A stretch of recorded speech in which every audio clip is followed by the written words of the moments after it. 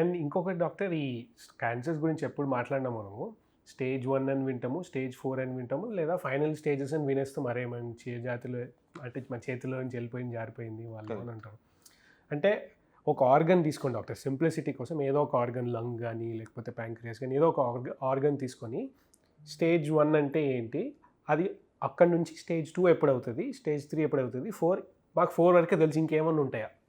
Okay. దాని in general I think Rohit మంచి ప్రశ్న ఇది. ఏంటంటే మన డిస్కషన్‌లో this is a good conversation because స్టేజ్‌లు బట్టి రిజల్ట్ ఉంటుందని అందరికీ తెలుసు.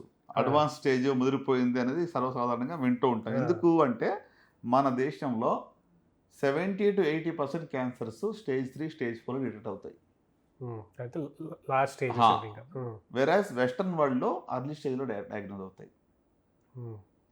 So that is the reason అనమాట. సో నేను చెప్పేది ఏంటంటే ఫర్ ఎగ్జాంపుల్ అర్లీ స్టేజ్ అంటే లంప్ వరకే ఉంది, చిన్న లంప్ ఉంది. ఇప్పుడు బ్రెస్ట్ క్యాన్సర్లో up to 2 centimetres T1 stage అంటాము. 2 to 5 సెంటీమీటర్స్ ట్యూమర్ ఉంటే T2 స్టేజ్ అంటాము. ఓకే, మోర్ దాన్ 5 సెంటీమీటర్స్ ఉంటే T3 అంటాము. ఓకే, అలాగే స్కిన్ ఇన్వాల్వ్మెంట్ అయితే అంటే లేకుంటే నిప్పులు రిట్రాక్షన్ అయిపోయి లేకుంటే ఒక చొట్ట పడిపోవటము అట్లా వేరే పక్కన ఉన్న సరౌండింగ్ ఆర్గన్స్ ఇన్వాల్వ్ దాన్ని T4 అంటాము. అలాగే లింఫ్ నోడ్స్ ఆరం పిట్లోకి ఒకవేళ లింఫ్ నోడ్స్కి పాకింది అనుకుంటే N1 అంటాం ఫస్ట్ ఒక నోడ్కి అయితే. ఎక్కువ లింఫ్ నోడ్స్కి వెళ్తే N2 అంటాము. సో అంటే సింపుల్గా చెప్పాలంటే స్టేజ్ 1 అనేటువంటిది లోకలైజ్డ్ అర్లీ డిసీజ్. స్టేజ్ 2 కూడా లోకలైజ్డ్ కొంచెం పెద్దగా ఉంది సైజు. స్టేజ్ 3 అంటే ఏంటి, లోకో రీజనల్ డిసీజ్. అంటే ఎక్కడైతే లంప్ ఉందో అక్కడ ఉంటూ చుట్టుపక్కల పాకింది. Nearby structures lymph nodes ఆరంపెట్లో లింఫ్ నోడ్స్కి వెళ్ళింది అనుకుందాం. ఓకే, స్టేజ్ 4 అంటే లోకో రీజనల్ కాదు. స్టేజ్ 4 అంటే డిస్టెంట్ మెటాస్టాసిస్ అంటాం. అంటే దూర ప్రాంతాలకి అది పాకింది. దూరంగా వెళ్ళడం అంటే ఫర్ ఎగ్జాంపుల్ బోన్స్కి వెళ్ళింది, లంగ్స్లోకి వెళ్ళింది. బ్రెస్ట్లో నుంచి లంగ్స్కి వెళ్ళడము, బోన్స్లోకి వెళ్ళడము, లివర్లోకి వెళ్ళడము, లేకపోతే శరీరం వేరే భాగంకి వెళ్ళిందంటే దాన్ని స్టేజ్ 4 అంటాం. బ్రెయిన్లోకి వెళ్ళింది అనుకో. సో స్టేజ్ 4 అనేటువంటిది ప్రాక్టికల్గా చెప్తే ఇన్క్యూరబుల్. అంటే అన్ని చాలా చాలా ఆర్గన్స్కి ఆల్రెడీ వెళ్ళిపోయింది అది. లిమిటెడ్ డిసీజ్ ఉండి కొంతమందికి మాత్రమే కొంతమందిలో లిమిటెడ్ డిసీజ్ స్టేజ్ 4లో కూడా చాలా మందిలో మనం క్యూర్ చూస్తాం. అంటే 100% స్టేజ్ 4 అంటే ఎవరికి ఏం కాదండి అని కాదు. ఇప్పుడు మన మధ్య మీరు వినే ఉంటారు, సిద్ధు చాలా సెన్సేషనలైజ్ చేసి ప్రెస్ మీట్ పెట్టి ఏంటి లెమనేడ్ తీసుకుంటేనే కొన్ని ఆహార పదార్థాలు మార్చుకోవటం వల్ల నేను స్టేజ్ 4 3% ఛాన్స్ ఇచ్చారు డాక్టర్స్ అని చెప్పి. ఐ థింక్ ఇదంతా ఏంటంటే ఎగ్జాజరేషన్ అండ్ ఫాల్సిఫైడ్ ఇన్ఫర్మేషన్ అని చెప్తాను నేను. డయట్ ఇంపార్టెంటే. నేను డయట్ రోల్ లేదు జబ్బు ప్రివెన్షన్ నేను చెప్పట్లా. కానీ స్టేజ్ 4లో ఉన్న వాళ్ళకి వచ్చి డయట్తోనే క్యాన్సర్ పోయింది అంటే ఇవన్నీ చేయడం ఎందుకండి? I be the first person to say okay let's do that. అంతే కదా. అంటే మిస్ఇన్ఫర్మేషన్ వస్తుంది కొన్నిసార్లు. ఈ ప్లాట్ఫామ్స్ ద్వారా కొన్ని డిస్కషన్స్, కొన్ని ఎస్పెషల్లీ సోషల్ మీడియా ద్వారా కూడా చాలా వరకు అన్నెసరీ. ఇప్పుడు నేనేమనుకుంటున్నాను తెలుసా, ఆ యొక్క సెన్సేషన్ న్యూస్ వల్ల ఎంతోమంది వాళ్ళ ప్రాణాలు పోగొట్టుకుంటారు. ఇంకా ముందే మనకు లేట్ స్టేజ్లో వస్తున్నారు.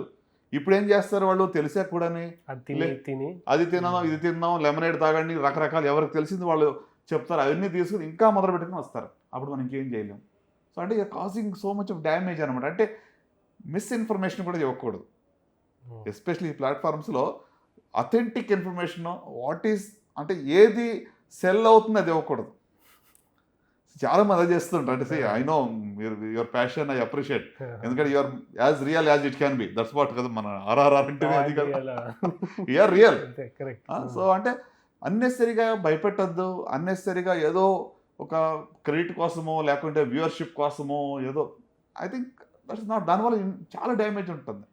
So coming back to stages గురించి మనం మాట్లాడుకుంటే స్టేజ్ 4 గురించి మనం మాట్లాడినప్పుడు దీని గురించి మాట్లాడుకున్నాం. కరెక్ట్. సో అర్లీ స్టేజ్లో ఒక modality of treatment is enough. Like surgery for example breast cancer stage 1లో ఉంటే చాలాసార్లు ఉట్టి సర్జరీ సరిపోతుంది, జస్ట్ ఆ పార్ట్ తీసేస్తే సరిపోతుంది లోకల్.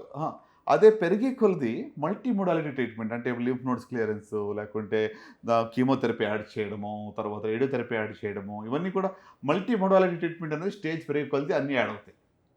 సో మనకి అర్లీ డయాగ్నోసిస్ అనేది చాలా ప్రాముఖ్యం. సో మొదటి 2 దశల్లో ఉంటే 90% and above cure rates. Stage 3 అంటే 70% వరకు ఉంది. స్టేజ్ 4లో 5 ఇయర్ సర్వైవల్ రేట్ యావరేజ్‌గా 30 to 40% ఉంటుంది. లైఫ్ స్పాన్ పొడిగిస్తాం గానీ, but you are not guaranteeing a cure. So because అన్ని ఆర్గన్స్కి ఆ క్యాన్సర్ వెళ్ళిపోయింది కాబట్టి కష్టం అంటున్నారు. కరెక్ట్. ఆల్రెడీ స్ప్రెడ్ అయిపోయి ఉంది కాబట్టి కొన్ని క్యాన్సర్లు స్టేజ్ 4 కూడా రెస్పాండ్ అవుతాయి. ఇప్పుడు ఫర్ ఎగ్జాంపుల్ టెస్టిక్యులర్ క్యాన్సర్ ఉంది, లేకుంటే లింఫోమస్ అని ఉంటాయి. అవి చాలా ర్యాపిడ్గా డివైడ్ అవుతాయి, అలాగే ర్యాపిడ్గా రెస్పాన్స్ కూడా వస్తుంది మెడిసిన్స్కి. అలాంటివి కొంచెం అడ్వాన్స్ స్టేజ్ కూడా రెస్పాన్స్ ఉన్నాయి. సో నేను వాట్ వీఆర్ డిస్కసింగ్ ఇప్పుడు ఏంటంటే నార్మల్గా చెప్పాలి, lung cancer stage 4 can we cure it అంటే technically theoretically speaking it is not curable. కానీ కొత్త మందుల ద్వారా లంగ్ క్యాన్సర్ ఇదివరకు 3 to 6 months అంటే ఎక్కువ అనేది స్టేజ్ 4లో. అలాంటిది ఇప్పుడు టార్గెట్ థెరపీస్, ఇమ్యూనోథెరపీస్ అన్ని రావటం వల్ల 8 years 10 years కూడా బతుకుతున్నారు స్టేజ్ 4లో. ఓకే, సో అంటే కొత్త మందుల వల్ల అడ్వాన్స్మెంట్ వల్ల కూడా డెఫినెట్గా లాంజివిటీ పెరుగుతూ ఉంది. Quality of life is also much better. ఇది వరకు చాలా సైడ్ ఎఫెక్ట్స్ ఉండేవి, ఇప్పుడు కొత్తగా వచ్చే మందులు అంత సైడ్ ఎఫెక్ట్స్ లేవు. రైట్. సో అంటే స్టేజింగ్ చాలా important. Early diagnosis most important. So ముందు దశలో కనుగొంటే క్యాన్సర్ పూర్తిగా మనం జయించవచ్చు.